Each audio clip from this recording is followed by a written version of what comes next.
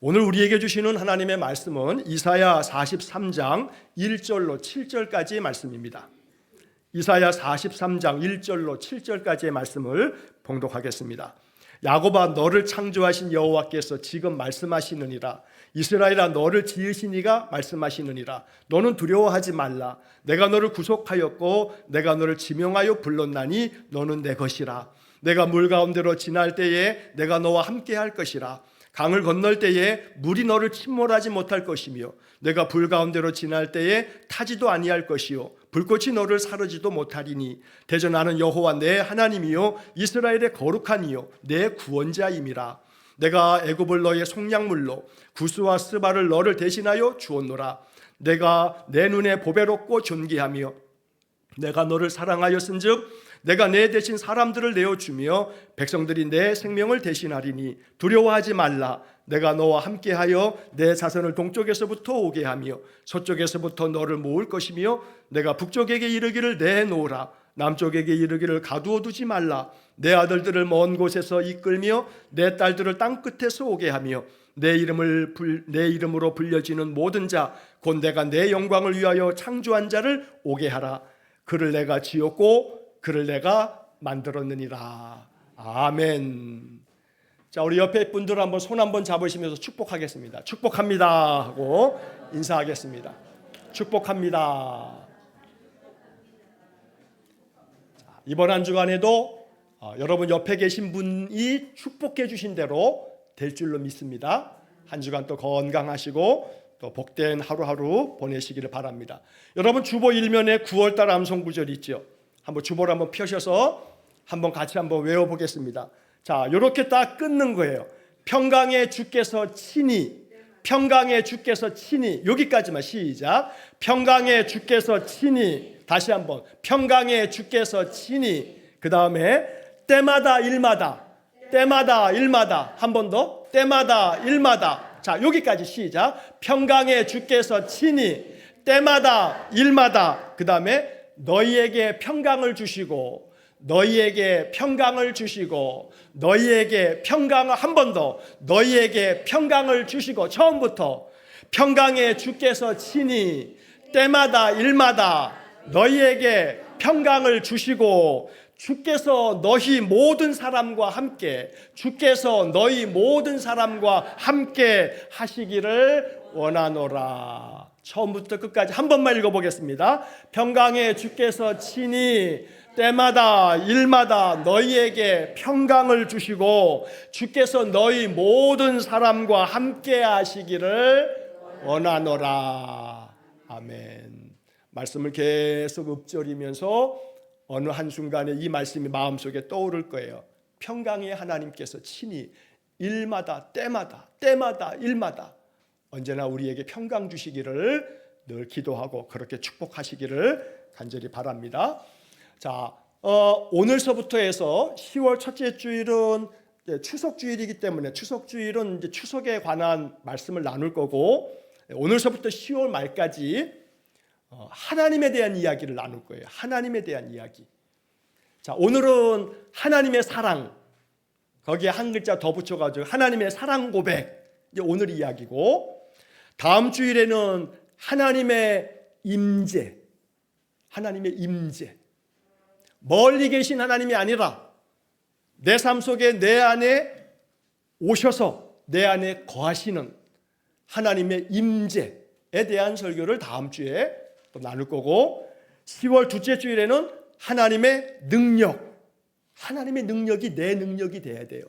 하나님에게 어떤 능력이 있고 하나님은 그 능력을 우리에게 어떤 능력을 주시는지, 하나님의 능력. 그리고 10월 셋째 주에는 하나님의 계획, 하나님의 섭리, 하나님의 계획. 하나님께서 우리의 삶 속에 어떤 계획과 어떤 섭리 속에 역사하시는지, 하나님의 계획. 그리고 마지막 10월 넷째 주에는 하나님의 목적, 하나님의 목적. 자, 그래서 이제 10월 말까지는 하나님에 대한 설교를 쭉 여러분들이 이제 듣게 될 겁니다. 자, 오늘 첫 번째 주로 하나님의 사랑 고백, 하나님의 사랑 고백, 하나님의 사랑. 사실 저는 뭐 초등학교 때는 그런 걸 잘 모르고 중학교 올라오면서 마음속에 이것이 되고 싶다 하는 게 있었어요. 그게 뭐냐면 사실은 저는 국어 선생을 하고 싶었어요. 뭐 국어 국문학을 하든지 국어 교육을 하든지. 그래서 국어 선생을 하고 싶은 게 제가 중학교 때부터 마음속에 가졌던 작은 그런 꿈이었어요. 네 꿈이 뭐냐? 그러면 제가 마음속에 국어 선생을 하고 싶은 마음이 있었어요. 사실은 거기에는 원인을 제공한 사람이 있어요. 제가 중학교에 딱 올라가서 중학교 1학년 때 저희 담임 선생님이 국어 선생님이었어요. 대학을 막 졸업하고 학교에 처음으로 부임하신 여자 선생님이었어요. 그 여자 선생님이 저희 1학년 담임 선생님이셨는데 그 선생님이 어린 중학교의 제 마음속에 참 좋았어요. 그리고 그 선생님이 저를 참 아껴주셨어요. 반장은 아니지만 저한테 너 학급 서기해라 진정아. 그래가지고 옛날에는 학급 일지 같은 것들을 서기가 다 쓰잖아요. 교무실 가서 학급 일지 아침에 갖고 와서 조회서부터 해가지고 그날 일정 쫙 다 쓰고 그다음에 끝나고 종례 끝나고 나면 종례한 것도 다 쓴 다음에 그다음에 교무실 가서 선생님한테 이렇게 도장 받고 또 꽂아주고 학급 서기를 제가 1년 동안 했어요.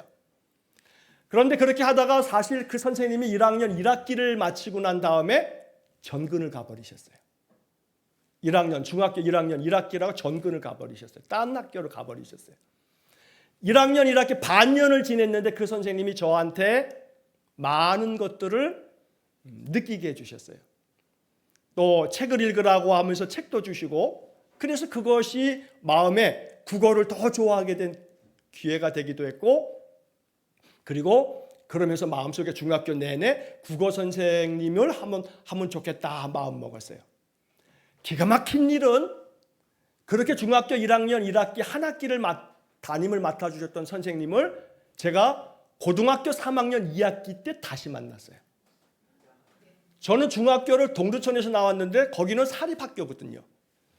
근데 고등학교를 제가 의정부 고등학교를 나왔는데 의정부 고등학교 3학년 1학기를 마치고 2학기를 개학하는 날 옛날에는 개학식 다 운동장에 다 나와가지고 했잖아요. 그러면 새 학기가 되면 새로 부임하신 선생님들의 이름을 쭉 불러요. 어느 분이 새로 오셨다고. 그런데 그 3학년 2학기 9월 달에 8월 달쯤이죠. 그 2학기를 시작하는 개학날 새로운 선생님의 이름을 쭉 어느 선생님이 오셨다 이렇게 부르는데 그 선생님의 이름을 호명하시는 거예요. 그래 중학교 동창 아이들이 의정부 고등학교에 같이 다녔던 아이들이 있어서 아침 개학식을 마치자마자 걔네들을 찾아가지고 야, 그 선생님 아니냐? 성함이 똑같다 라고 이렇게 얘기를 하고 그러게 그런가? 그래가지고 우리가 교무실을 찾아갔어요. 교무실을 찾아갔더니 그 선생님이 진짜 맞는 거예요.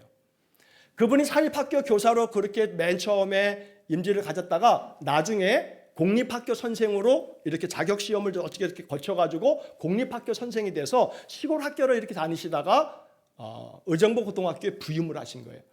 담임은 아니었지만 선생님이 오셔가지고 3학년 2학기 마지막 한 학기를 마쳐주셨어요. 그리고 지금도 잊을 수 없는 것은 그 당시에 학력고사를 보기 일주일 전에 자율학습을 하기 전에 저희 1학년 1학기 때 담임을 했던 그 한 3명이 있었거든요. 불러가지고 학교 그 앞에 통닭집에 가가지고 통닭을 사주면서 그리고 야 맥주 한 잔 먹어라. 그래가지고 고등학교 3학년 이제 수능 시험을 일주일 앞둔 저희들한테 맥주 500cc를 하나씩 다 사가지고 마셔 괜찮아. 그러면서 함께 마시고 그렇게 사주셨던 분이에요. 제 삶 속에서 기억이 그분에 대한 기억이 많이 나겠어요? 안 나겠어요? 많이 나죠. 정말로 많이 사랑해 주셨는데 그 선생님도 부임하는 그날 얘네들이 공부를 꽤 했으니 이 학교에 왔을 거야 하면서 고등학교 3학년쯤 되겠다 싶어가지고 고등학교 3학년 저희가 한 10반 정도까지 있었는데 추석부의 이름을 다 한번 찾아봤대요. 당신이. 얘네들이 있는가 그러면서 제 이름이 특이하잖아요. 제 이름을 보고서 진정이가 왔네 하고서 이제 찾아서 오려고 하셨다. 부르려고 하셨노라고 말씀을 하시더라고요. 자, 제가 왜 이 이야기를 꺼내냐 하면 제 마음속에 중학교에 입학하면서 제 마음에 앞으로 내가 이렇게 하고 싶다 하는 그런 마음에 국어 선생을 좀 해야겠다 하는 마음에 꿈을 만들어 주신 분이 바로 그 선생님이셨어요. 그 선생님이 저를 사랑해 주시면서 저에게 격려해 주시고 제 마음속에 그런 마음을 너 국어 선생 해 이런 건 한 번도 없었지만 그분을 바라보면서 제 마음속에 그냥 그런 마음이 들었어요. 그런데 제가 국어 선생을 하지 않고 목사가 돼 있어요. 중간에 뭐가 있지 않았겠어요? 그러면 고등학교 3학년 2학기 때 그 선생님이 그렇게 또다시 부임하셔가지고 마지막 반학기를 하심으로써 1년을 제 선생님으로 계셔주셨는데 옛날에는 지금처럼 수능을 이렇게 보는 그런 때도 아니고 또 9월 달에 원서를 미리 내거나 뭐 수시가 있거나 그런 것도 아니잖아요. 학력고사 시험 다 보고 시험 점수가 나오고 나면 점수 가진 다음에 이제 학교를 원서를 내는 건데 그러니까 고등학교 3학년 2학기 때 그 선생님을 다시 만났으니까 제가 그때까지는 쭉 마음의 변함이 없었거든요. 그런 마음을 가지고 있었거든요. 그래서 아마도 저는 국어 선생이 돼 있었을지도 몰라요.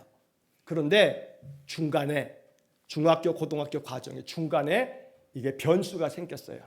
그 변수가 저로 하여금 목사가 되게끔 만들었어요. 그 변수가 뭐냐면 중학교 3학년 겨울방학 때쯤에 그때는 80년대는 교회마다 학생회가 많았어요. 토요 구국 집회 뭐 그래가지고 집회에 막 우리 학생들이 저희 교회 시골 작은 교회에서도 중고등학생들이 한 100여 명 넘게 모였거든요. 그래 막 부흥회도 자주 했어요. 학생 부흥회도 많이 했어요. 제가 중학교 3학년 그 겨울방학에 학생 부흥회 때 그때 오셔서 말씀을 막 설교도 하고 그랬던 분들이 지금으로 따지면 신대원생이에요. 신학대학원생들이거든.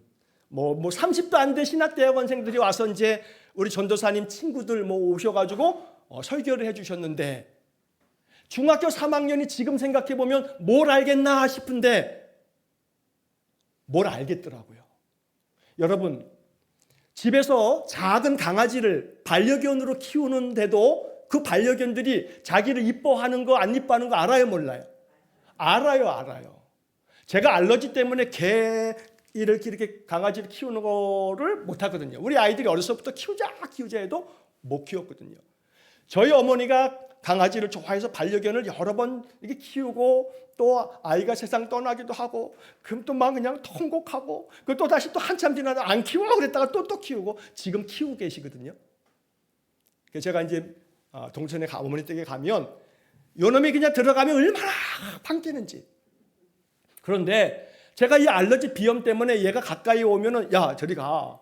왜냐면 알러지가 이게 또 발동되니까 가까이 못 오게 이렇게 하다가 올해는 제가 이제 오면은 좀 이렇게 좀 만져주고 목도 이렇게 만져주고 그러니까 지난번에 안식년을 마치고 딱 갔더니 이놈이 덜커덕 제 무릎 위에 그냥 그냥 주저함 없이 올라와서 앉는 거예요. 걔가 왜 그래요? 이 아저씨가 나를 조금 이뻐하네 하는 그 뭔가를 느낀 거예요. 이 반려견들도 자기 이뻐하는 걸 안다 이 말이에요. 조금 몇 번 그랬더니 그냥 넙쓱 제 무릎 위에 덜커덕 올라와가지고 또 막 핥으려고 또 그런다 이 말이에요. 안다고요. 반려견들도 안다고요. 어린아이들이 모를까요? 알죠. 어린아이들도요. 자기 사랑하는 사람은 안단 말이에요. 중학교 3학년이 모를까요? 알아요. 뭘 아냐면 하나님 사랑을 아는 거예요. 제가 중학교 3학년 때 그 부흥회 때 지금도 잊을 수가 없어요. 설교는 무슨 설교를 했는지 기억이 하나도 안 나는데 한 가지는 기억이 나요. 하나님이 너희를 많이 사랑한단다 하는 거예요. 근데 그날은 어떤 일인지 그 이야기가 중학교 3학년 그 어린 제 마음에 그게 막 와 닿았어요. 하나님이 나를 사랑한다는 얘기가 그게 왠지 그렇게 제 마음속에 너무나 마음에 와 닿았어요. 그래서 나를 사랑한다라고 하는 그 사랑의 이야기를 여러 이야기를 들려주셨는데 그 이야기에 제 마음에 어려운 말로 감동이 됐어요. 그날 많이 울었어요. 눈물을 많이 흘렸어요. 눈물을 많이 흘리고 그렇게 말씀을 듣고 있는데 거의 설교 끝나갈 즈음에 그 전도사님이 너희들 중에 하나님을 위해서 주의 종이 되고 싶은 사람, 선교사가 되고 싶은 사람, 마음속에 이 시간 기도하면서 하나님이 그런 마음을 주시는 사람이 있을지 몰라. 그런 사람, 그 마음속에 하나님이 이렇게 나를 사랑하시니 그 사랑에 보답하며 내가 주님의 일을 위해서 살겠습니다 하는 마음이 드는 사람이 있으면 자리에서 일어나라. 전도사님이 기도해 줄게 하시는 거였어요. 제 마음속에 뭔 생각이 들어갔는지 저도 모르게 그냥 일어났어요. 옛날에는 이런 의자가 아니잖아요. 그냥 방석 깔고 있는 그런 예배당이잖아요. 방석에서 그냥 벌떡 일어났어요. 몇 사람들이 일어났던 것 같아요. 그리고 기도를 전도사님이 해주셨어요. 그게 제 마음속에 중학교 때부터 그 중학교 국어 선생님, 우리 담임 선생님에 의해서 만들어졌던 국어 선생에 대한 마음이 바뀌게 됐던 계기였어요. 그래서 그날 목사가 되겠다고 마음을 먹었어요.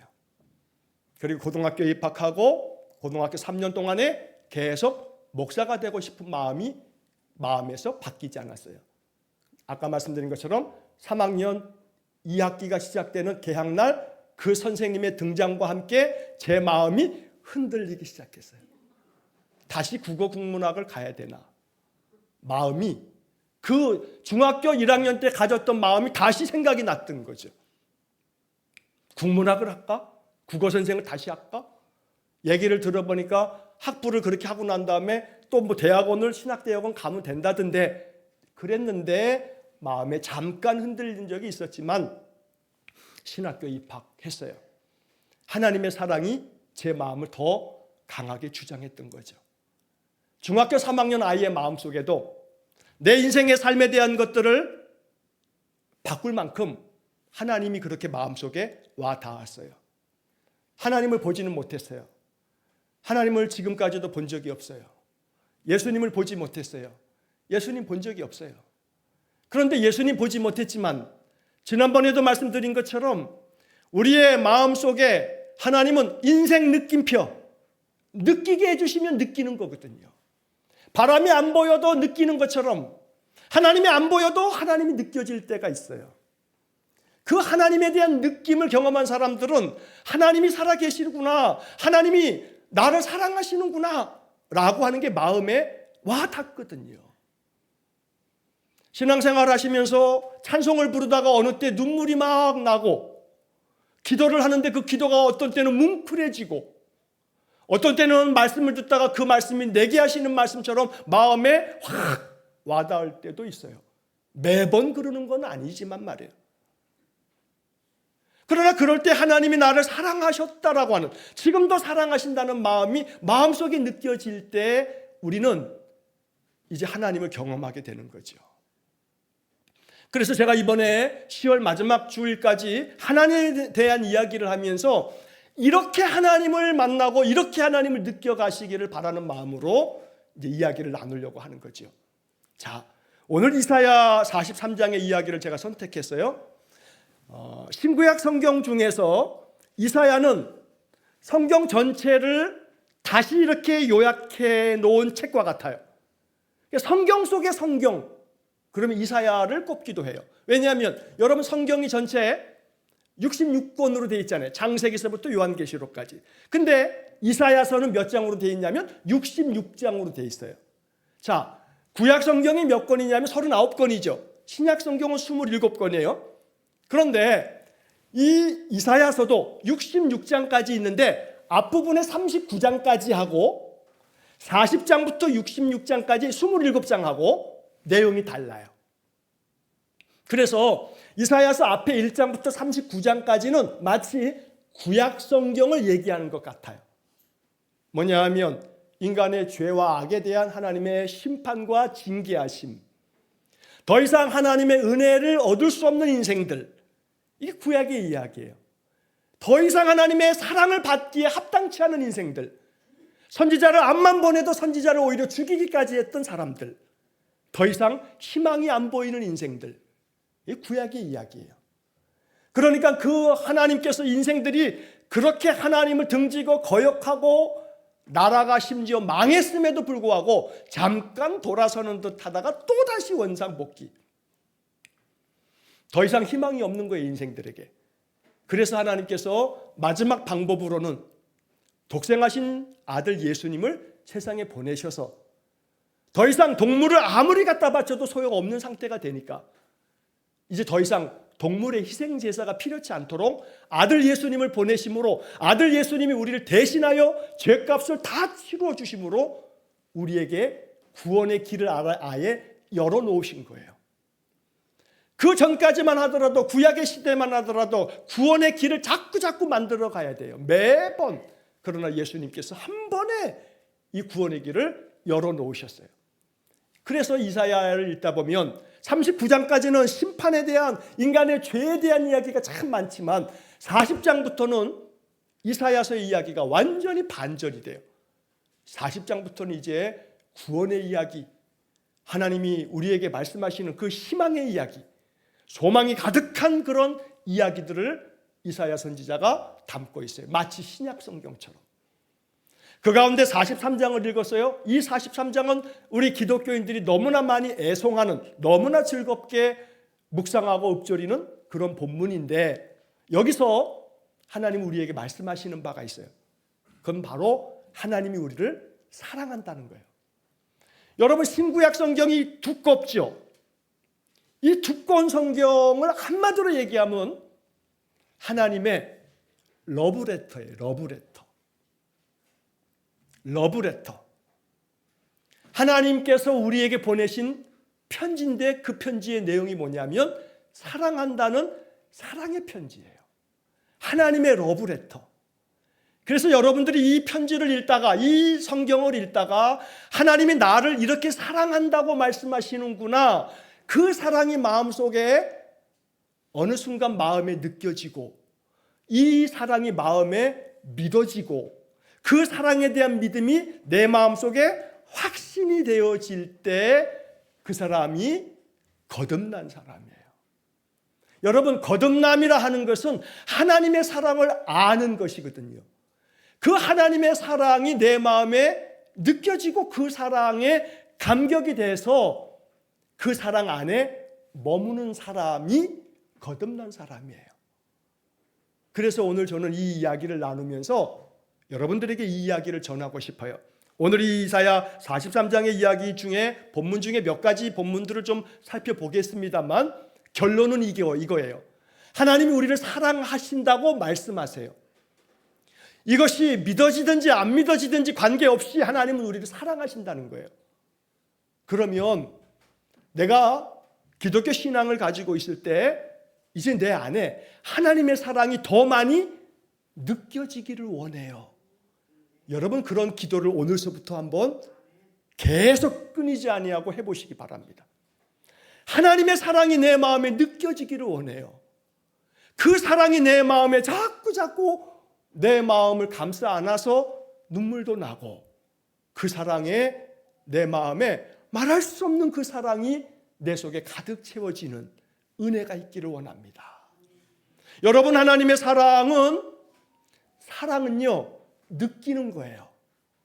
하나님이 내게 오셔서 내게 말씀하시는 그 말씀들을 통해서 그 사랑이 느껴지는 그 순간 우리는 거듭남의 은혜를 경험하게 되고 바로 그러한 사람의 삶 속에 하나님의 그 사랑이 가득 채워지면서 내 안에 있는 세상에 대한 그 어떤 것도 전혀 내게 거리낄 것이 없는 오직 하나님의 그 사랑에 내가 푹 젖어 있고 잠겨 있으므로 삶이 행복해져요. 사랑을 많이 받은 사람의 삶의 마음은 행복함이 가득해요. 아무리 가진 것 없고 또 육신은 연약하고 병든 것도 많고 우리의 인생의 삶에 정말 없는 것 투성이지만 내 안에 하나님의 사랑이 가득 담겨지게 되면 그 모든 것들이 아무런 방해나 걸림돌이 되지 않아요. 그 사랑에 감동되고 그 사랑에 충만해지시기를 축복합니다. 성경이 하나님의 사랑 이야기, 러브레터라고 말씀드렸는데 그 러브레터 중에 여러분 이 이사야 43장은 그 중에서도 정말로 정수 중에 정수예요.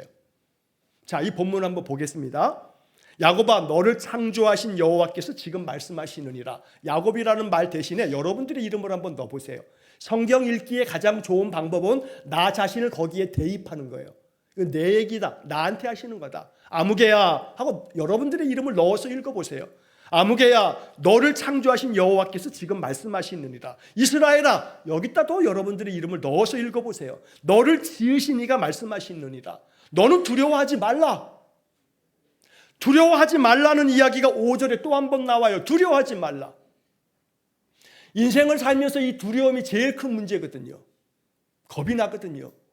내 인생의 삶이 어그러질까 봐, 이 평화가 깨질까 봐, 지금 아무 일 없이 잘 지내고 있는데 이것이 무너질까 봐, 잘 되고 있는 사업이 어느 순간 사업이라는 게 잘 되기만 합니까? 한순간 휘황창하면 무너지는 것도 이거 한순간 아닙니까? 나의 삶의 건강도 마찬가지예요. 건강을 자신할 사람이 있나요? 한순간 무너지는 게 건강 아닙니까? 우리의 인생의 삶의 두려움 투성이에요. 그러나 두려워하지 말라 말씀하시는 것은 단순한 덕담이 아니에요. 두려움을 다 몰아내 주겠다고 말씀하시는 거예요. 그런데 그 하나님 뭐라 하시냐면 내가 너를 구속하였고 내가 너를 지명하여 불렀나니 너는 내 것이라. 너는 내 것이라. 하나님 말씀하시는 거예요. 내가 너를 지명하여 불렀다. 지명이 뭐예요? 손가락으로 이렇게 지적을 해가지고 불렀다는 거예요. 아무개야 아무개야 하고서 내가 너를 지명하여 너를 불렀다. 우리는 하나님이 부르셔서 이렇게 예배당에 나와 예배 드리는 것인 줄 믿습니다. 내가 예수를 믿고자 결정을 하고 결심을 해서 나온 줄 알지만 그 마음과 그 생각과 의지를 내 마음속에 불어넣어 주시는 분은 하나님이에요. 하나님께서 나를 부르셔서 나를 지명하여 불러서 말씀하시기를 넌 내 거야. 넌 내 거야. 사랑하는 남녀가 연애를 하면서 고백하는 많은 사랑의 고백 중에 넌 내 거야. 이것은 너는 내 소유야 라고 하는 이 소유의 마음은 사랑의 마음이거든요. 하나님이 너는 내 거야 라고 하는 데서부터 하나님은 너는 내 거기 때문에 내가 널 책임져. 내 거니까. 내가 만들었으니까. 우리는 하나님이 이 말씀하시는 것이 우리를 향한 사랑 고백으로 들어야 돼요. 넌 내 거야. 너의 삶은 내 거야. 네 인생 네 거 아니야. 네 인생 내 거야. 내가 너에게 생명을 주어서 살게 하고 너의 생명 다할 때까지 내가 너와 함께 할 거야. 오늘 본문의 이야기에서 그 다음 이어진 2절에 네가 물 가운데로 지날 때 내가 너와 함께 할 것이라. 내가 너와 함께 할 것이라. 5절에도 두려워하지 말라. 내가 너와 함께 있어. 내가 너와 함께 있겠다는 말을 2번이나 하시잖아요. 이게 하나님의 사랑 고백이에요. 내가 너와 함께 할 거라고. 사랑하는 사람에게 고백하는 그 고백 중에 내가 당신과 늘 함께 있을 거라고. 너는 내 거라고. 이게 하나님의 사랑 고백이라고요. 이 이야기를 읽으면서 하나님을 나에게 말씀하시는 그 사랑의 이야기로 내 마음에 이 이야기를 듣고 이 이야기를 받아들이면서 이 이야기를 잠잠히 묵상하다 보면 하나님이 나를 그렇게 사랑하신다고 내게 말씀하시는 듯 마음이 이 말씀 속에 젖어들게 돼요. 그러면서 그 다음에 이어서 하시는 4절의 말씀을 보면 네가 내 눈에는 어떻게 보여요? 보배롭게 보여요. 보배롭고 존귀하며 라고 얘기해요. 네가 나에게는 보배와 같이 보여. 사랑하면 눈에 뭐가 씌인다 그래요? 콩깍지가 씌인대요. 이 콩깍지가 씌이면 다 이뻐 보여. 다 이뻐 보여. 사랑하는 모든 사람들이 내 눈에 콩깍지가 씌이면 다 이뻐 보여. 콩깍지가 벗겨지면 어떻게 돼요? 꼴보기 싫어. 꼴보기 싫어. 아주 리얼한 고백이 나왔어요. 꼴보기 싫어. 뭐 여러분들의 웃음은 다 공감하는 웃음인 줄 알아요. 내가 다 경험이 있어. 꼴보기 싫어. 콩깍지가 벗겨지면. 그러니까 우리들의 인생 속에 사람으로 만약에 치자면 하나님 눈에 씌어져 있는 콩깍지가 우리를 보배롭게 여기시는데 우리 행동 하나하나를 바라보면 하나님이 우리를 바라보시면서 어떤 마음일까요? 왜 대답이 없어요? 아까처럼 말해야지. 꼴배기 싫어. 난 네가 꼴배기 싫어. 할만하다고요. 우리 행동을 보면. 여러분들이 누군가를 보며 직장에 아무개가 생각나죠? 꼴배기 싫은 그 아무개. 예? 직장에 그 아무개 있어요. 집안에도 있어. 예? 집안에도 그 꼴배기 싫은 사람 있어요? 없어요? 예? 있어. 교회에도 있어. 꼴배기 싫은 사람 있어요? 여기 앞에도 서 있고. 꼴배기 싫은 사람 있어. 내 마음에 이 콩깍지가 벗겨지면 그 실체를 보게 되니까 꼴배기 싫어요. 그 실체를 보게 되니까. 근데 그 실체가 예전에는 없었어요?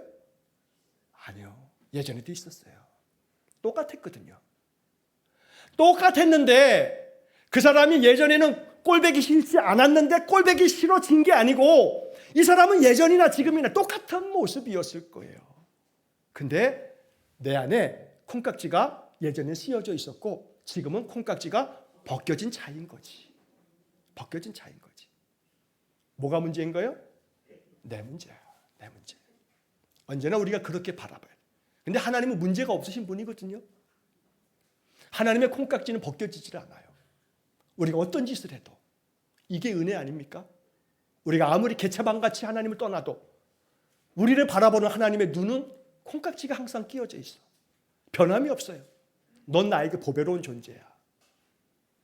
여러분 옆에 사람 보세요. 보배 같아요? 안 보배 같아요? 거짓말하네. 근데 여러분들 중에 보배와 같다고 느껴지시면 그거 진짜예요. 여러분들의 입에서 고백되어지는 이 사람 보배와 같다. 다시 한번 보세요. 자, 보배와 같아요? 그러면 이렇게 얘기해 주세요. 당신은 진짜 보배와 같아요. 시작. 당신은 진짜 보배와 같아요. 당신은 진짜 보배와 같아요. 여러분 스스로에게 말하세요. 나는 보배로운 존재다. 나는 보배로운 존재다. 목사가 시키니까 그냥 따라하는 게 아니라 진짜 그렇게 마음속에 받아들이시는 거예요. 받아들이는 게 믿음이에요. 왜냐하면 하나님이 그렇게 말씀하시잖아요. 내가 너를 보배롭고 존귀하게 여긴다고. 하나님은 인생이 아니시라고 민수기에 나와 있어요. 그래서 시건치 않는다고. 말을 씹어먹지 않는다 이 말이에요. 하신 말씀을 그대로 실행하신다고요. 너는 나에게 보배로운 존재라고 말씀하세요. 너는 나에게 존귀한 존재라고 말씀하세요. 그러니까 하나님은 어제나 오늘이나 영원토록 변함이 없으시다고 히브리서에서 말씀하고 있어요. 하나님의 눈의 콩깍지는 벗겨지질 않아요. 우리는 하나님 앞에 보배로운 존재예요. 우리 스스로가 이걸 받아들여야 돼요. 나는 보배와 같은 존재다. 보배와 같은 존재다. 나는 존귀한 존재다. 세상에서 여러분들이 아무리 충성되게 직장에서 일해도요, 나이 차면요, 가차 없이 당신 나가 하고 내보내면 끝이에요. 어떠한 순간에서도 세상은요, 자기들에게 이익이 되지 않으면 선을 긋고 끝내버려요. 각박한 세상이죠. 그러나 하나님은 그렇지 않아요. 내가 하나님 앞에 어떻게 하는 것과 관계없어요. 난 널 사랑해. 넌 나에게 보배로운 존재야. 그러니 세상의 소리 듣지 마. 네가 나이 들었다고 너를 쫓아내고, 너는 더 이상 쓸모없다고, 너를 필요 없다고, 네가 이러하다고 저러하다고 이러하니까 하면서 너를 등지고 너를 외면해도 나는 안 그래. 나는 너를 영원히 사랑해. 그 변함없는 사랑을 우리에게 계속 말씀하세요. 그 사랑에 감동이 되고 그 사랑이 마음에 느껴지면 찬양을 부르다가도 눈물이 나는 거예요. 기도할 때 그 마음이 믿어지는 거예요. 믿어지는 거예요. 그렇게 사랑 안에 푹 젖어 있으면요, 마음이 넉넉해져요. 마음이 넉넉해져요. 마음에 평화가 찾아와요. 그런 평화와 그런 넉넉함이 가득한 사람이 신자예요.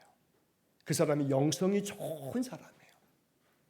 기독교 신앙의 영성은 내가 어떤 존재인지를 하나님 앞에서 분명하게 아는 게 기독교 신앙이거든요. 오늘날 기독교 신앙이라고 하는 것이 너무 많이 왜곡됐어요. 저 아스팔트 위에서 막 외쳐대는 저 이상한 집단들 때문에 기독교가 완전히 왜곡됐어요. 너무나 이념 편향적인 온갖 짓거리를 떠들어대는 사람들 때문에 하나님의 사랑 안에서만 감동돼요. 그 사랑이 내 삶에 가득함으로 그 사랑 안에서 나의 삶을 살아갈 때 나는 보배와 같은 존재이기에 내가 너무나 귀하고 귀하니 그 사랑 안에서 나를 아끼고 사랑하고, 그러면서 여러분들 주변 사람을 바라보면요, 내 눈 안에 콩깍지가 다시 타카닥 하고 채워져 있어가지고 다 이뻐 보여. 다 이뻐 보여. 그래서 여러분 오늘 이 성경의 이야기를 이렇게 읽었으면 좋겠어요. 너를 창조하신 하나님이 지명하며 넌 내 거야 하시면서 말씀하시기를 너는 나에게 보배롭고 존귀한 존재야. 내가 너를 사랑해. 뭘 주고도 다 받고서라도. 그렇게 뒤에 말씀하시는 거거든요. 그리고 그 사랑 안에 머물라고 우리를 늘 부르세요. 이 사랑 안에 늘 머물러 그 사랑의 감동이 넘쳐나기를 축복합니다. 그러면 그 사랑으로 인해 우리의 눈에 콩깍지가 다시 씌워질 줄로 믿습니다. 한번 따라해 봅시다. 하나님, 내 눈에 사랑의 콩깍지를 다시 씌워주세요. 사랑의 콩깍지가 다시 씌워짐으로 보이는 모든 것들이 사랑스럽게 보여지기를 축복합니다. 아침을 맞이할 때 이 아침이 너무나 사랑스러워. 오늘 하루를 살 수 있다는 게 너무나 사랑스럽고 감격스러워. 오늘 함께 일하는 그 사람이 너무나 귀하고 아름답게 보여져. 함께 사는 내 식구들이 오늘도 여전히 저녁이 되면 집에 들어와 주니 너무나 고마워. 어느 한순간 아침에 집을 나갔는데 다시 돌아오지 못하는 순간도 있거든요. 그러니 내 눈에 사랑의 콩깍지가 늘 끼어서 그 식구들도 너무나 귀하고 너무나 예쁘고 너무나 사랑스럽고, 그렇게 우리들의 마음속에 하나님의 그 은혜가, 사랑의 콩깍지가 내 눈 안에 탁 장착되면 그게 곧 믿음이요, 그게 곧 영성이다. 우리는 하나님의 사랑을 누리며 사는 사람이거든요. 신앙은 하나님의 사랑을 아는 것이거든요. 바라기는 하나님의 그 사랑이 우리의 삶에 늘 충만하시기를 주의 이름으로 간절히 축원합니다. 기도하겠습니다. 우리를 지으신 하나님, 우리를 지명하여 부르셔서 말씀하시기를 너는 내 것이라 하시고 내가 너와 함께 할 것이라 하시고, 강을 건널 때에도 또 물 가운데 지날 때에도 불 가운데 지날 때에도 어떤 상황, 어떤 형편, 어떤 인생을 살더라도 떠나지 아니하고 함께 하시겠다 하시며 우리를 보배롭게 여겨주시고 존귀하게 여겨주셔서 감사합니다.